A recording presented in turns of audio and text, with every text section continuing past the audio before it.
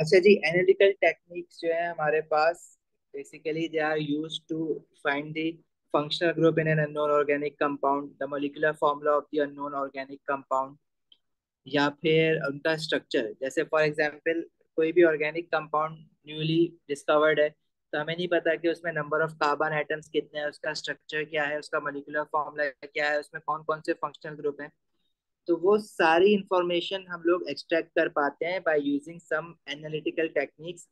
और वो analytical techniques हमारे पास कौन कौन सी है? एक तो देखो, आपने मास स्पेक्ट्रोमेट्री पढ़ा है, और मोल्स के अंदर मास स्पेक्ट्रोमेट्री में हम लोग क्या कर रहे होते हैं? हम लोग नंबर ऑफ आइसोटोप्स का पता लगा रहे होते हैं ना।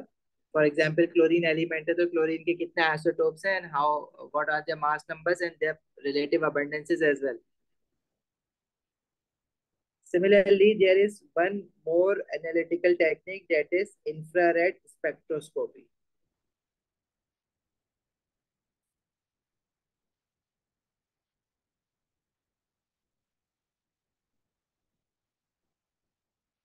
Infrared spectroscopy, it is actually used to detect the functional groups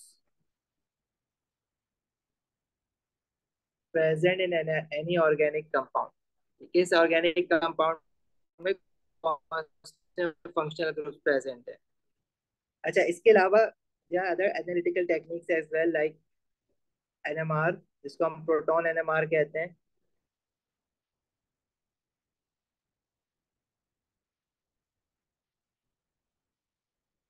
और वी हैव कार्बन 13 NMR। ये पूरा स्ट्रक्चर बता देता है ऑर्गेनिक कंपाउंड का, कि ब्रांच्ड आइसोमर है या अनब्रांच्ड आइसोमर है, सारी चीजें पता लग जाती हैं इससे। लेकिन हमारे पास एएस के सिलेबस में ना हमें सिर्फ दो एनालिटिकल टेक्निक देखनी है, विच इज मास स्पेक्ट्रोमेट्री और इंफ्रारेड स्पेक्ट्रोस्कोपी। और बाकी जो है हम लोग फिर A2 में पढ़ते हैं आगे। तो अभी हम अपना काम स्टार्ट करेंगे मास स्पेक्ट्रोमीटर से।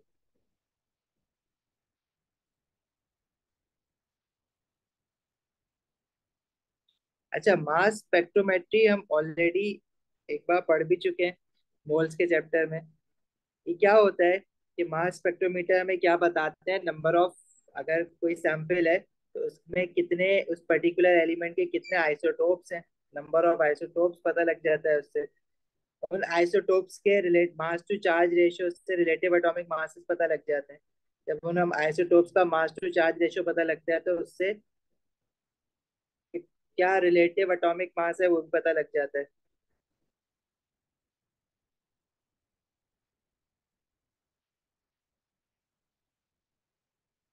जैसे क्लोरीन एलिमेंट के दो आइसोटोप्स होते हैं, one with the mass number 35, other with the mass number 37। Similarly, we also know that in any sample of chlorine, chlorine with the mass number 35 is in 75% and chlorine 37 is 25%। तो इससे हमें chlorine की basically relative abundance भी पता लग जाती है, जिसको हम परसेंटेज अबंडेंस भी कहते हैं। ये वाला काम हम लोगों ने देखा हुआ है क्लोरीन के साथ। जब हमारे पास इसका मास स्पेक्ट्रम मिलता है, तो मास स्पेक्ट्रम में we get, if we enter the sample of chlorine gas into the mass spectrometer, we can get three peaks. अब पीक्स क्यों बनती है? वो मोलिकुलर आयन की पीक्स इसलिए बनती है क्योंकि मास स्पेक्ट्रोमीटर ऑपरेट ही तब करता है जब आपके पास कोई इलेक्ट्रॉन रिमूव होगा और उस पर पॉजिटिव चार्ज आएगा। तो मोलिकुलर आयन बनेगा और उस पर पॉजिटिव चार्ज आएगा, तो ये मास स्पेक्ट्रम उसको डिटेक्ट कर सकेगा। अब मास स्पेक्ट्रम में एक्स एक्सिस पे हमारे पास मास टू चार्ज रेशियो होता है, और वाई एक्सिस पे रिलेटिव अबंडेंस होती है। अब क्या क्या पॉसिबिलिटीज हमारे पास हो सकती हैं? अगर क्लोरीन का मॉलिक्यूल पूरा का पूरा इंटैक्ट है, मॉलिक्यूलर आइन बन रहा है, तो मॉलिक्यूलर आइन हमारे पास कितने टाइप्स के बन सकते हैं? ऐसा भी हो सकता है कि इस मॉलिक्यूलर आइन में both chlorine are of 35 mass. One other possibility is one chlorine is of 35 and the other chlorine is of 37. Another possibility is both chlorine atoms has a mass number of 37. उसके अलावा और क्या possibility हो सकती है कि let's say if this chlorine bond is broken, we can get two chlorine atoms, one with the mass number 35 or other with the mass number 37. So altogether we can get 5 peaks. The two important peaks are this one and this one. One with the mass number 35 and one with the mass number 37. तो ये हमें show कर रहा है कि they are in the ratio of 3:1. It means chlorine 35 must be 75% of the total chlorine present in that particular sample, and chlorine 37 must be 25% of the total chlorine present in that particular sample. Clear है? यहाँ तक कोई सवाल बन रहा है आप लोगों का?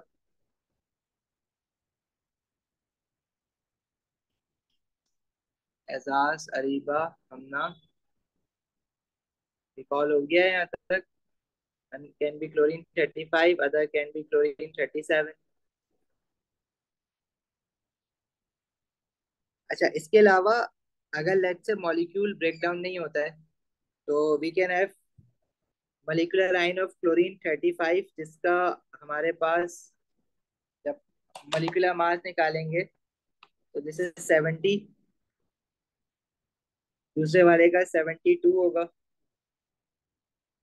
And this one is 74. तो इनके भी 3 पीक्स बनेंगी लाइक दिस. सबसे जो ग्रेटर अबंडेंस की पीस है वो कब है? जब 35 वाले दोनों आइसोटोप्स होंगे. मिडिल में 35 और 37, आधे 35 और आधे 37 वाले, और सबसे छोटी पीक कौन सी होगी? जिसका मास सबसे ज्यादा है लेकिन उसकी अबंडेंस सबसे कम है. इसी तरह ब्रोमीन के भी दो आइसोटोप्स हमने पढ़े हैं, bromine with the mass number 79 and bromine with the mass number 81. ये भी याद रखना है. और उनकी पीक रिलेटिव अबंडेंस 50-50%.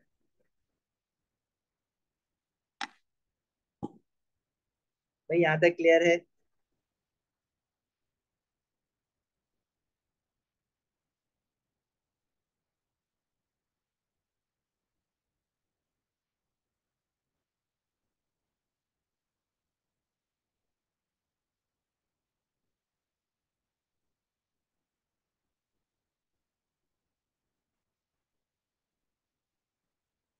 आगे बढ़े. अच्छा, एक आइसो मास स्पेक्ट्रोमीटर का अब जो एक नया काम है ना, अभी जो 3 काम हमने जो देखे ये रिकॉल कर लिए, पहले भी देखे हुए मोल्स में. एक जो न्यू फंक्शन, मतलब जो हमने नहीं पढ़ा था, वो क्या है कि इट कैन कैलकुलेट और it can find out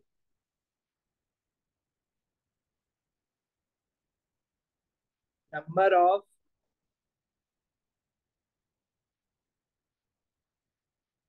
carbon atoms in an organic compound. That if you have if you have any organic compound, and if you want to know the number of carbon atoms present in that particular organic compound, तो वो भी मास spectrometer बता सकता है.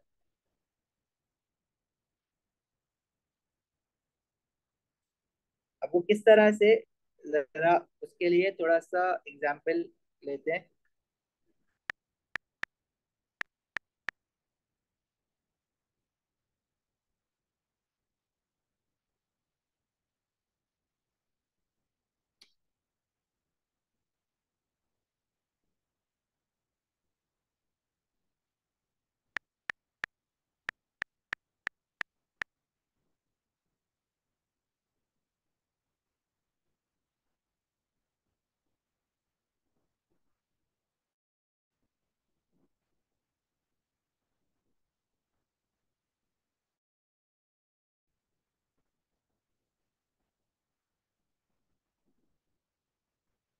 देखो, let's say we have this molecule which is propanone. जब इसको हम मास स्पेक्ट्रोमीटर में डालेंगे ना, तो ये कहीं कहीं से ब्रेक डाउन हो सकता है, जैसे क्लोरीन का मॉलिक्यूल ब्रेक डाउन हुआ था ना, क्लोरीन एटम्स बने थे. अब ये प्रोपेनोन मॉलिक्यूल लेट से इस तरह से ब्रेक डाउन होता है कि ये जो हमारा दो कार्बन के बीच में शेड पेड ऑफ इलेक्ट्रॉन है, ये ब्रेक डाउन इस तरह से हो कि ये shared pair of electron knockout हो जाए, और ये वाला जो पार्ट है ना, वो पूरा अलग होके पॉजिटिव चार्ज के साथ आ जाए, तो this will become a molecular आइन. ठीक है. ऐसा भी हो सकता है कि जो दूसरा इलेक्ट्रॉन है वो यहाँ से ब्रेक डाउन हो, ये वाला जो इलेक्ट्रॉन है, जो कार्बन का इलेक्ट्रॉन है, वो नॉकआउट हो जाए, तो हमारे पास फिर ये वाला मॉलिक्यूलर आइन आएगा. मतलब ये नॉकआउट होगा, कार्बन का इलेक्ट्रॉन अगर बाहर निकल जाएगा तो will get CH3 positive. However, if the electron of the other carbon, जिसके साथ डबल बॉन्डेड ऑक्सीजन है, it gets knocked out, so we will get the positive charge over this carbon atom.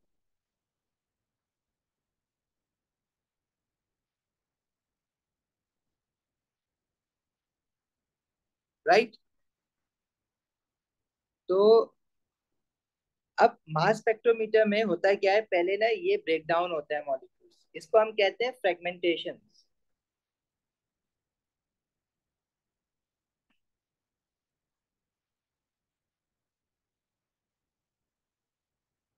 Her fragment की जो fragment molecular आइन बन रहे हैं उनकी अपनी अपनी एक पीक आती है मास स्पेक्ट्रम में. अब अभी तो हमें ये कंपाउंड हम देख रहे हैं ना कि ये क्या था. लेट्स से अगर हमें पता ही नहीं कि ये कंपाउंड क्या है और हमारे पास डिफरेंट फ्रेगमेंट्स की डिफरेंट पीक्स आ रही हैं, तो हमें वो देख के रियलाइज करना होगा कि इसमें क्या क्या फ्रेगमेंट्स पॉसिबल हैं. अब फ्रेगमेंटेशन देख के किस तरह से हम रियलाइज करेंगे. देखो, CH3 की जब भी पीक आएगी वो 15 मास वाली होगी. इसी तरह कार्बन ऑक्सीजन की आएगी वो 28 वाली होगी. अभी याद नहीं करने.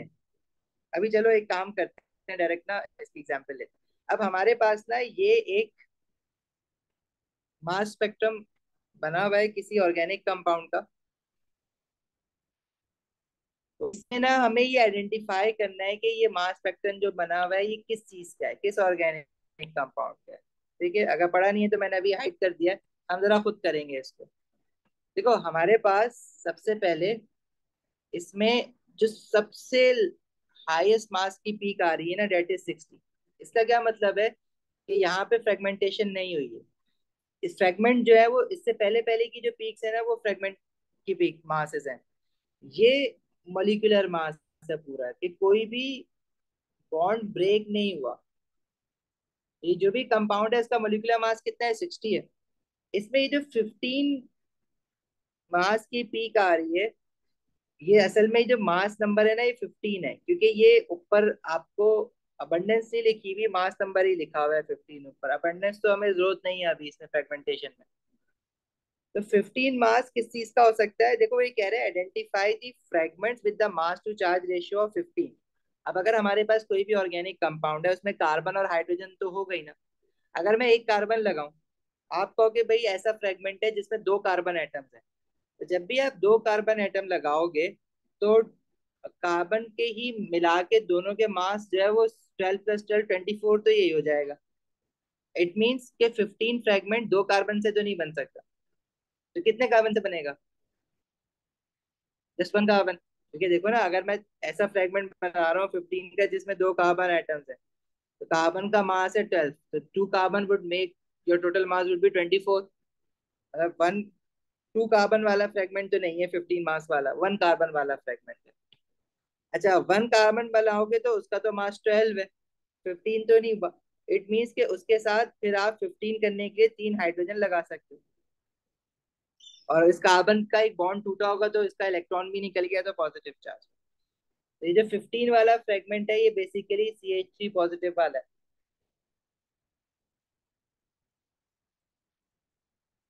समझ आई वाली बात.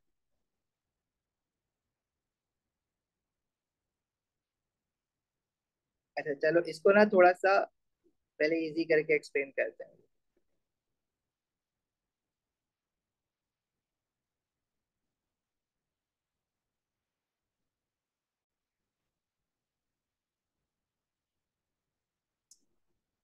देखो, ये जो मास स्पेक्ट्रम है ना, ये बेसिकली आपके पास इथेनोइक एसिड का है. You know the formula of ethanoic acid is CH3COOH. अगर हम इथेनोइक एसिड का स्ट्रक्चर बनाते हैं, first carbon has three hydrogen atoms bonded to it.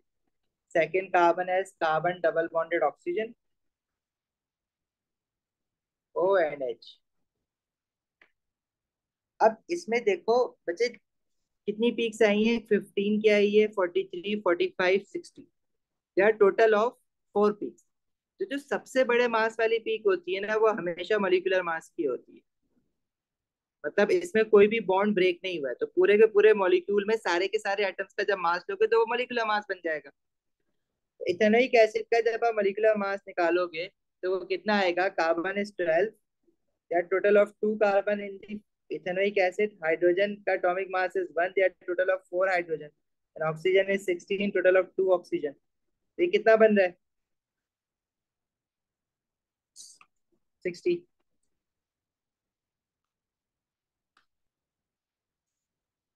मतलब ये जो पहली पीक है, ये बेसिकली पूरे इथेनोइक एसिड के मॉलिक्यूल की पीक है। और इस पे पॉजिटिव चार्ज क्यों आया, फिर कोई बॉन्ड नहीं टूटा, तो क्या पता किसी ऑक्सीजन का कोई लोन पेयर नॉकआउट हो गया हो, क्योंकि मॉलिक्यूलर मास डिफ्लेक्ट ही तब करता है पार्टिकल्स को जब उन पे चार्ज आता है। और चार्ज कैसे आता है, हम मास स्पेक्ट्रम में ना इस सैंपल को डाल के इसके ऊपर एक इलेक्ट्रॉन्स की बम्बार्डमेंट करवाते हैं, फास्ट मूविंग इलेक्ट्रॉन्स की। तो वो इलेक्ट्रॉन्स क्या करते हैं, किसी एटम का लोन पेयर भी निकाल सकते हैं और किसी दो एटम्स के बीच में शेयर्ड पेयर ऑफ इलेक्ट्रॉन्स भी निकाल सकते हैं। जब वो किसी दो एटम्स के बीच में शेयर्ड पेयर ऑफ इलेक्ट्रॉन को निकालते हैं तो बॉन्ड ब्रेक हो जाता है। लेकिन जब वो लोन पेयर को निकालते हैं तो सिंपल एक पॉजिटिव चार्ज आता है। सही है। अब 45 मास वाला जो हमारा पी फ्रेगमेंट है, क्या आप मुझे वो बता सकते हो कि इसमें से कौन सा फ्रेगमेंट ऐसा टूट के निकलेगा जिसका मास 45 बन रहा होगा।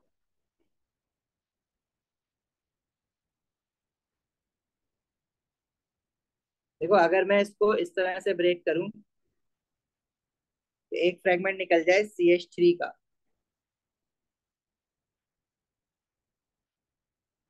इसका मास होगा 15। तब ये 15 मास वाला CH3 वाला फ्रेगमेंट है। 43 और 45 का आप लोग बता दो मुझे।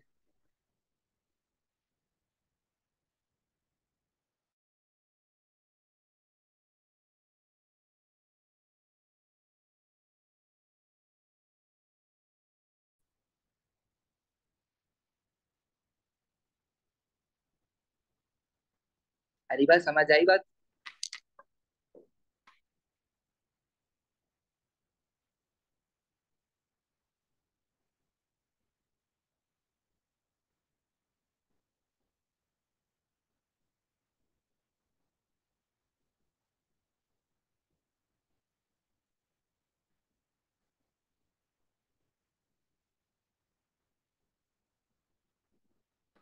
फोर्टी थ्री वाला आप बता रहे हो CH3CO।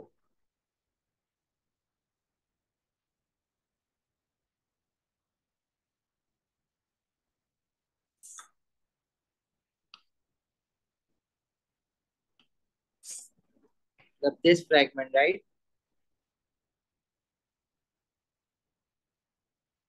This CH3CO।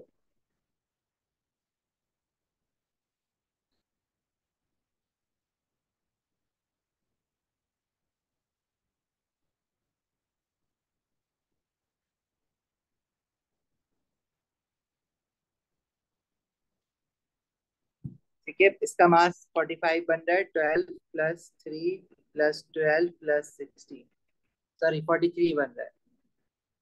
ठीक है, तो 43 वाला फ्रेगमेंट पता लग गया। इसके अलावा 45 वाला फ्रेगमेंट क्या होगा,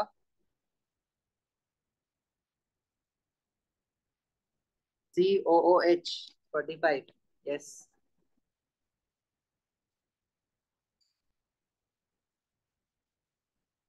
इसमें भी आप कार्बन 12, 16 × 2 + 1, 12 + 32 + 1, 45।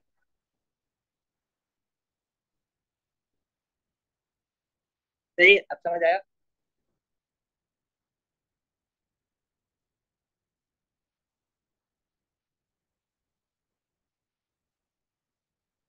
आगे बढ़े।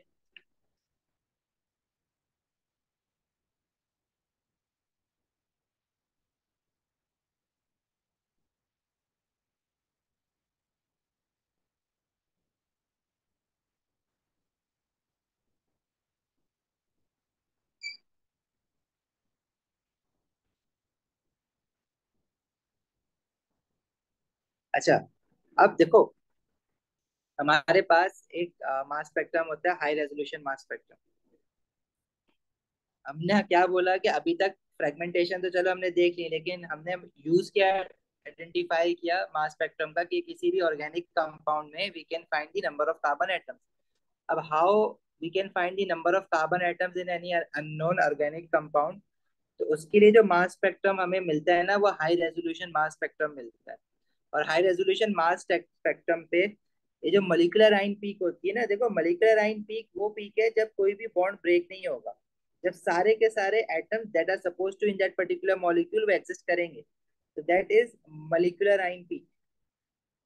तो मॉलिक्यूलर आइन पीक, जैसे हमारे पास ये C2H5OH की है, इथेनॉल की, तो ये पूरा का पूरा मॉलिक्यूल है, तो इसको हम कहते हैं M peak, molecular ion peak. अगर इथेनॉल का हम एमआर निकालेंगे, मॉलिक्यूलर मास, और उसकी एक पीक मिल रही है मास स्पेक्ट्रम में, तो इसका मॉलिक्यूलर मास जो आएगा हमारे पास वो आएगा 46। इसको हम कहेंगे M peak, molecular ion peak. अच्छा, एम पीक के अलावा एक पीक और मिलती है, that is M+1 peak, that is always in front of M peak. M peak के एक नंबर आगे होती है M+1 पीक। M+1 पीक भी बेसिकली मॉलिक्यूलर आइन पीक ही है, लेकिन इसमें होता क्या है कि जैसे कार्बन के ना तीन आइसोटोप्स होते हैं, carbon 12, carbon with the mass 13 and carbon with the मास 14। तो कार्बन विद द मास 14 तो तब मिलता है जब कोई living organism dies and it starts disintegrating. लेकिन कार्बन 12 और 13 जो है ना, वो हमेशा प्रेजेंट होते हैं। कार्बन 13 बहुत कम अमाउंट में होता है, लेकिन होता है। तो मास स्पेक्ट्रम में अगर मास कार्बन 12 आइसोटोप की वजह से आएगा, तो जैसे 46 आ रहा है, कार्बन के चारे 12 आइसोटोप्स अगर इथेनॉल के हैं। लेकिन अगर इनमें से कोई भी एक कार्बन का आइसोटोप 13 वाला होगा, तो एक हमारे पास पीक आएगी 46 के बजाय 47 पे, तो उसको हम कहते हैं M+1 पीक।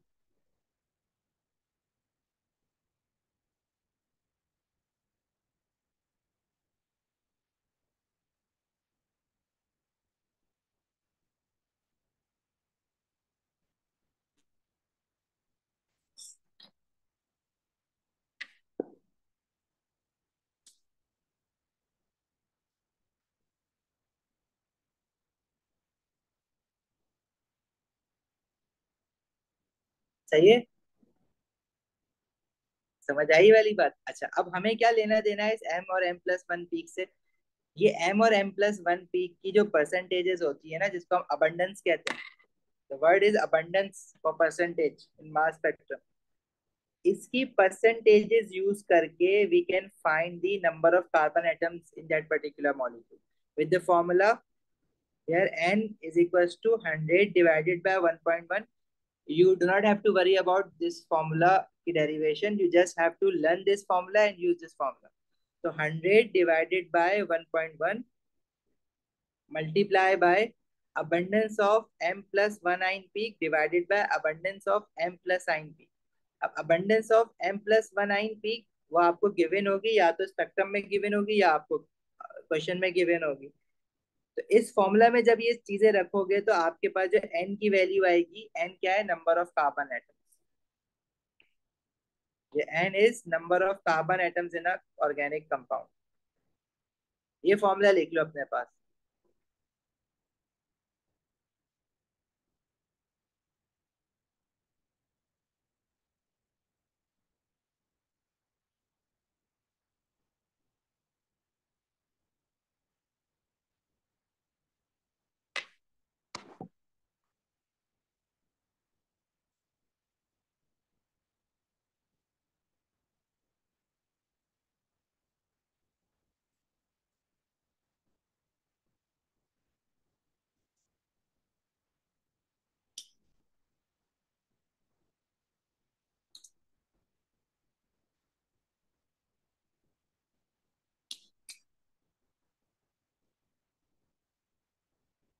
चलें क्वेश्चन देखें इसका।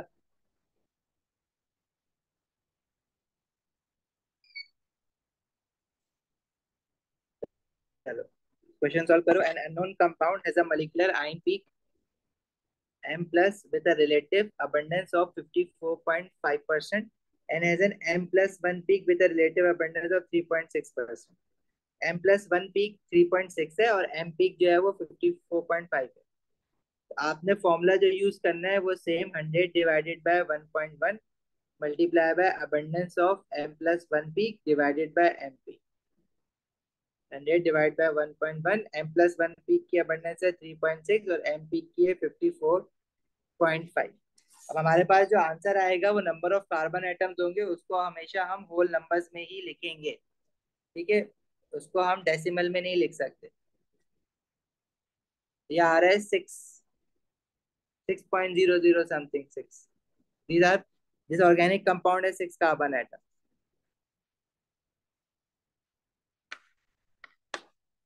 क्लियर है?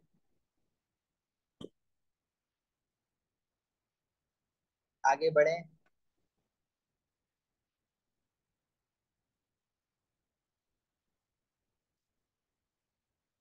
लिख रहा है कोई तो लिख लो जल्दी से।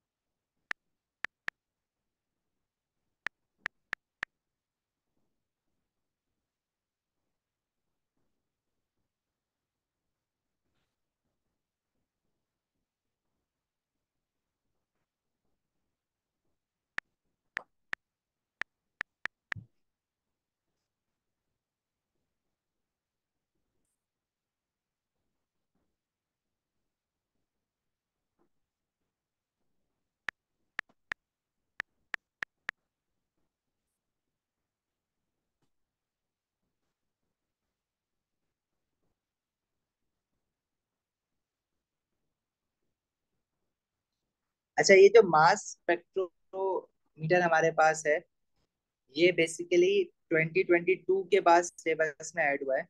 ये वरना हमेशा A2 केमिस्ट्री में होता था, इन्होंने अब A2 से निकाल के इसको 2022 में एएस में डाला है।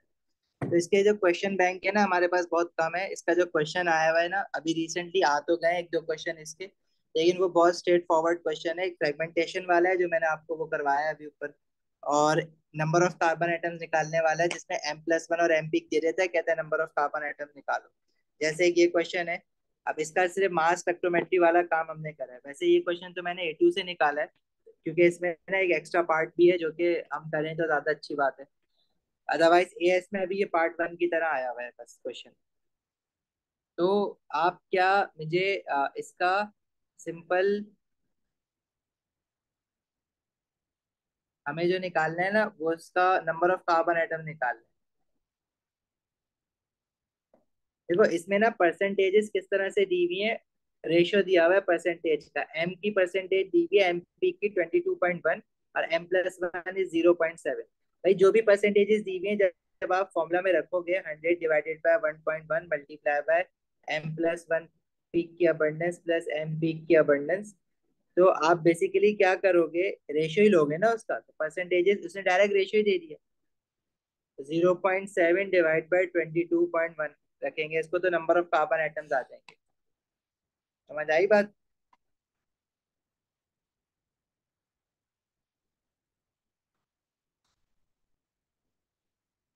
ये आ रहा है 2.88 समथिंग। तो हम ना इसको राउंड ऑफ करके कितने कार्बन एटम लेंगे, 3 कार्बन एटम।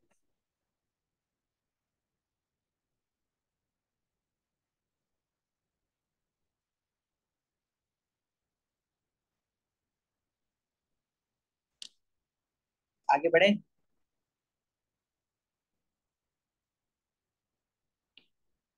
अच्छा, उसके बाद कह रहे हैं suggest the molecular formula of F. अब एफ में नंबर ऑफ कार्बन एटम्स तो हमें पता लग गया ना, 3 है। और इसका जो एम पी का मास है वो 90 है, मतलब इसका मॉलिक्यूलर मास जो है ना एम आर वो 90 है। अब 90 में से 3 कार्बन एटम का मास कितना होगा, पहले तो वो निकालो। तो 3 × 12 36 मास तो सिर्फ कार्बन एटम्स की वजह से। तो बाकी का जो मास बचा है वो हाइड्रोजन एटम और ऑक्सीजन की वजह से होगा। बाकी मास बचा है 54।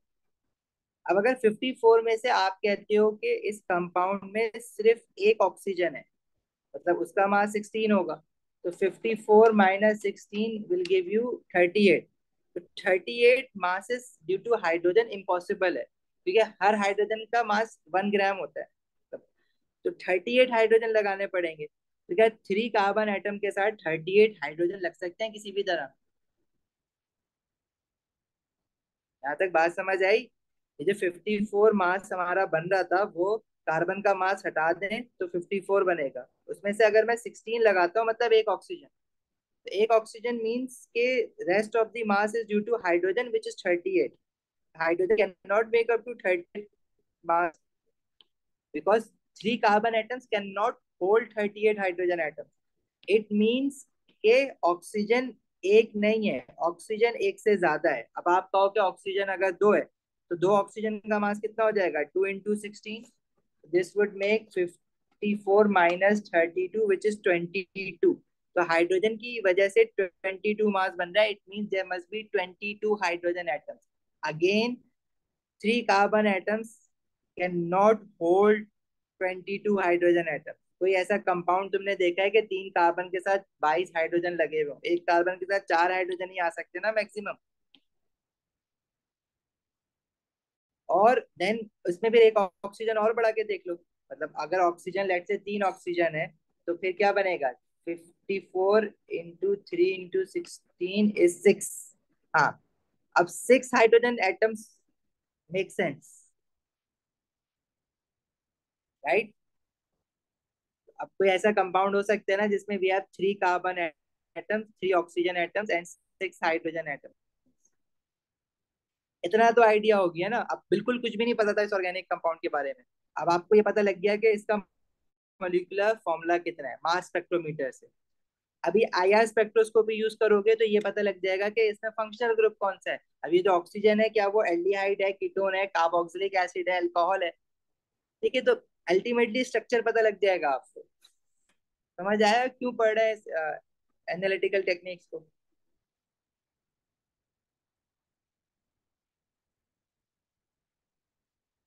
जी, 1 मार्क के लिए इतनी वर्किंग। बेसिकली ये जो 1 मार्क है ना, ये A2 केमिस्ट्री का है। अब क्योंकि इसका एएस में इस तरह का क्वेश्चन आया नहीं है मॉलिक्यूलर फॉर्मूला का, बट आई एम एक्सपेक्टिंग कि आ सकता है। एक नहीं 2 मार्क्स का कर देगा। वैसे 1 मार्क का भी सही है, एएस में बनना चाहिए। और वो जो ऊपर 2 मार्क्स मिले हैं नंबर ऑफ कार्बन एटम निकालने के, वो भी तो 2 मार्क्स फ्री के ही हो गए ना। आसान सा। समझ आ गई बात? एजाज, हमना।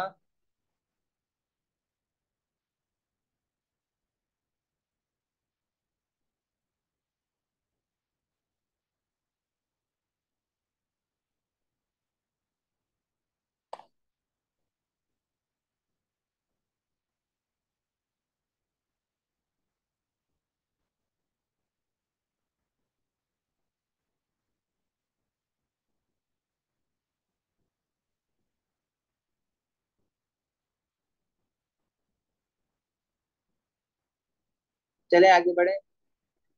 ओके।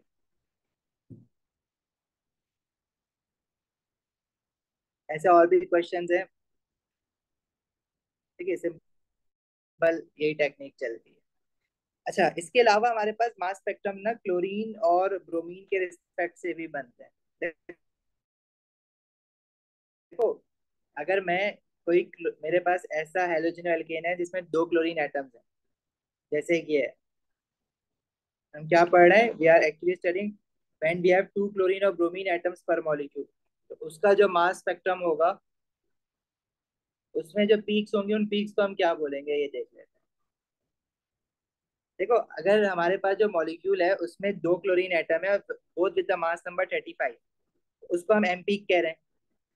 ठीक है, क्योंकि इसका जब हम मास निकालेंगे, तो carbon is 12, hydrogen is 2 and chlorine is 35 into 2 is 84।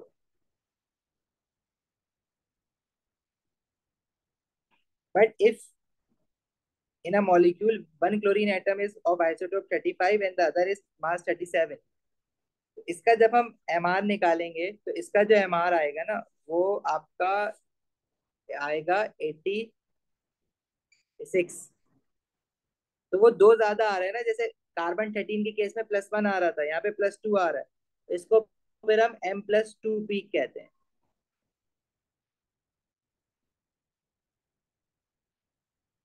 सही। इसी तरह जो हमारे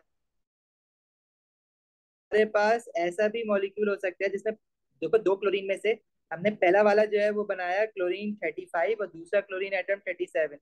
लेकिन ऐसा भी हो सकता है ना, जिसको हम 35 कह रहे हैं उसकी जगह 37 हो, जिसको 37 कह रहे हैं उसकी जगह 35 हो, लेकिन उससे भी MR की वैल्यू 86 आएगी। मतलब M+2 पीक आने की दो पॉसिबिलिटीज हैं, मतलब चांसेस ज्यादा है M+2 पीक के आने का। इसी तरह अगर इस तरह का है कि दोनों के दोनों क्लोरीन एटम 37 मास वाले हैं, तो फिर जो मास आएगा वो 88 आएगा, जो कि अगर मैं इनिशियल पीक से कंपेयर करूं एम पीक से, तो इसमें टोटल कितने नंबर बढ़ गए, 4 नंबर बढ़ गए, तो इसको हम क्या बोलेंगे, M+4 पीक। तो देखो एक एम पीक आ सकती है, M+2 पीक की दो पॉसिबिलिटीज हैं, और फिर एक M+4 पीक आ सकती है।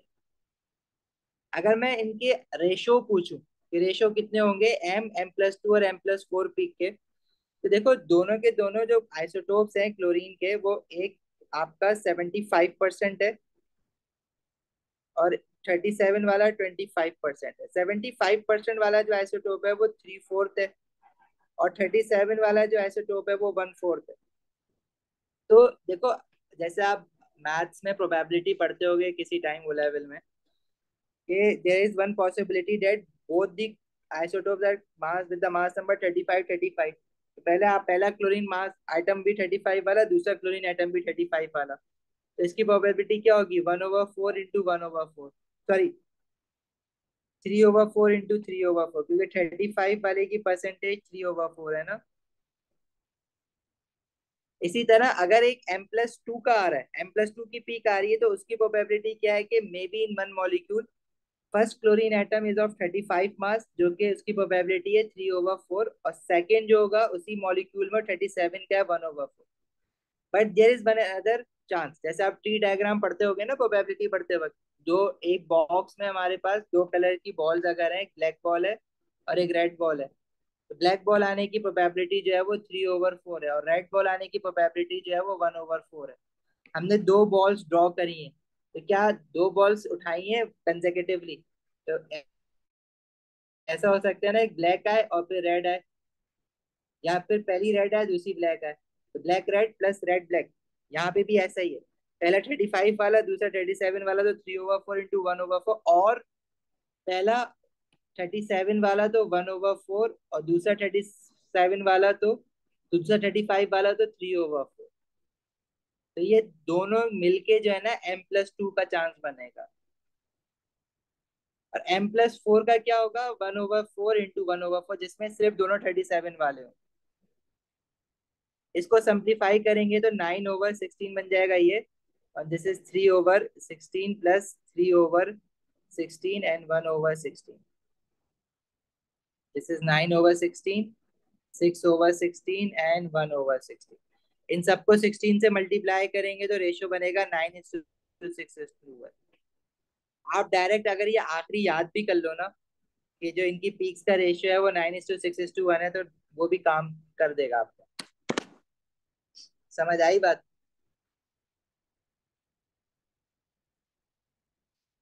जी बच्चों।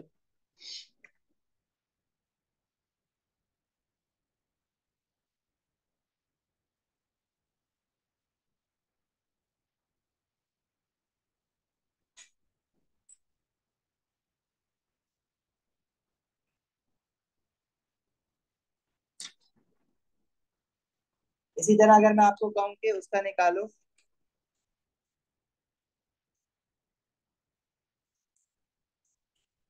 ब्रोमीन के अगर दो आइसोटोप्स हो,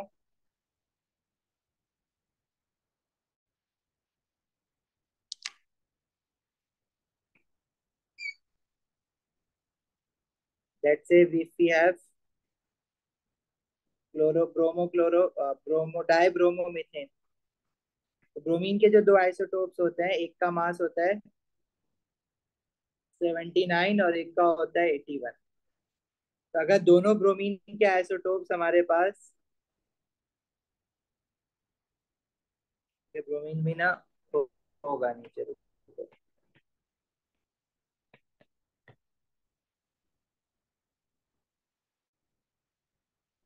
नहीं, ब्रोमीन हम खुद बना लेते हैं।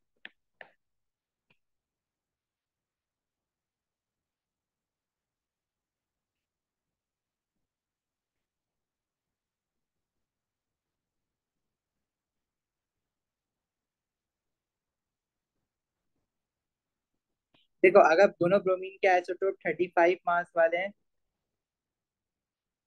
या पहला 35 और दूसरा, सॉरी 35 तो है नहीं ना, जैसे 79 एंड 81, अगर दोनों 79 वाले हैं, या फिर एक पहला 79 दूसरा 81 वाला है, या पहला 81 दूसरा 79 वाला है, या दोनों 81 वाले हैं, इनके जो हम एम आर निकलेंगे वो क्या निकलेंगे? 12 + 2, 79 + 79, this is 172, then this is 174, this is also 174, and this is 176. The first peak is M peak, then the other two peaks are M plus 2 peak.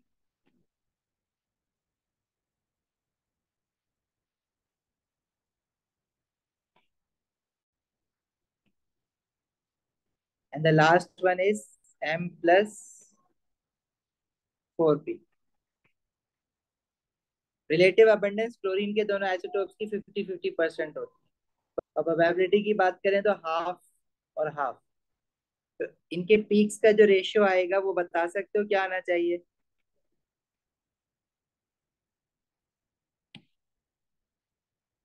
पहली वाली half into half, half into half plus half into half, और M4 is half into half, 1/4, 1/4 plus 1/4 and 1/4।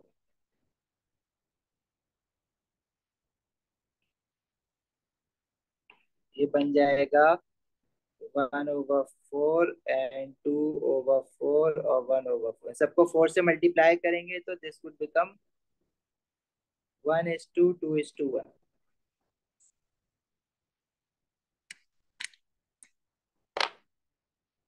Clear है?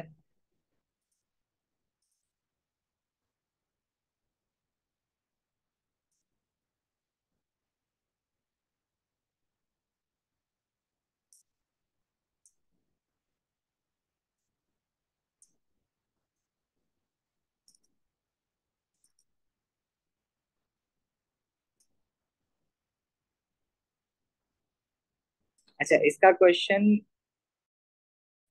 S में तो आपको अभी नहीं मिलेगा। पहले जो A2 में इसके क्वेश्चन थे, तो इस तरह से थे कि आप डायरेक्ट वो रेशियो पूछते ज्यादा पीक्स के बीच में, जैसे what would be the difference in the ratio of M and M+2 peaks if the pesticide contain one chlorine rather than one bromine atom। तो क्लोरीन के साथ 9:6:1 का रेशियो, और ब्रोमीन के साथ 1:2:1 का रेशियो आएगा। ठीक है।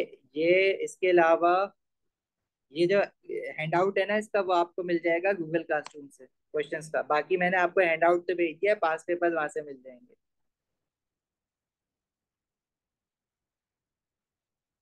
अब जैसे इसमें डायरेक्टली पूछता है, पहले तो नंबर ऑफ कार्बन एटम निकलवाया उसने, पहले तो वो उसका है ना, उसका क्वेश्चन है मास स्पेक्ट्रम का 100/1.1, और M+1 की पीक दी हुई है 0.5 डिवाइडेड बाय 9.3। उसके बाद कह रहे हैं M+2 M+4 peak result of two bromine atoms, उसका रेशियो बताओ। तो हमने तो याद कर लिया, तो याद किया हुआ लिख दो डायरेक्ट, निकाल के दिखाने की क्या जरूरत है?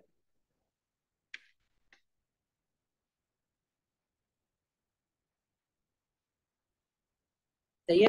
लेकिन अगर वो कभी क्वेश्चन ऐसा बना दे कि जैसे एक क्लोरीन एटम कर दे और एक ब्रोमीन एटम कर दे, तो फिर क्या क्या पॉसिबिलिटीज होंगी? मतलब we have one chlorine and one bromine, that is must. तो दोनों अगर अपने, एक 35 वाला है, एक 79 वाला है, एक तो ये हो सकता है। दूसरी ये हो सकती है कि एक क्लोरीन का जो आइसोटोप है वो 37 वाला है, और ब्रोमीन का 79 वाला ही है। इस तरह से सारे कॉम्बिनेशन बना बना के देखने पड़ेंगे, but that is very highly unlikely कि इस तरह से पूछे। बस जो अभी तक पढ़ा है क्लियर है। मास स्पेक्ट्रम में बस इतना ही है।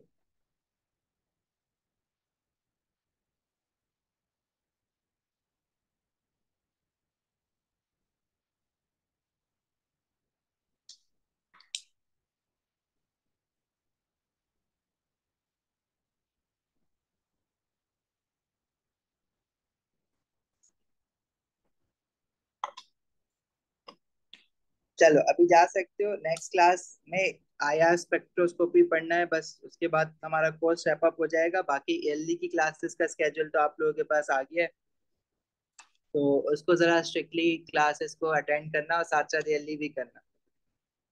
क्लियर है? कोई सवाल है तो पूछ सकते हो, कोई क्वेरीज आप लोगों की हो तो व्हाट्सएप कर सकते हो, जिस तरह से करते हो। बस मेक श्योर कि तैयारी अच्छी अच्छी करो। लास्ट 15 डेज हमारे पास रह गए अराउंड। तो बाकी वैसे तो 11 को एग्जाम है शायद, हाँ 11 10 के बाद है इसका एग्जाम, टाइम तो है आफ्टर रमजान भी अच्छा खासा, लेकिन स्टिल ट्राई करो कि 25 22 अप्रैल तक सब कुछ रैप अप कर लें हम लोग। बस से फिर पास पेपर्स करते रहें। और सारा खत्म हो गया, मेक श्योर कि आपका कोई पूछना हो तो फिर पूछते रहना चाहिए। बस अभी हमने आया स्पेक्ट्रोस्कोपी करना है, जो कि हम ट्यूसडे वाली क्लास में, ट्यूसडे को टाइम आ रहा है, ट्यूसडे वाली क्लास फिर हम किसी और टाइम पे रिस्केड्यूल करके कर लेंगे। ठीक है, अभी जा सकते हो आप लोग। अल्लाह हाफिज।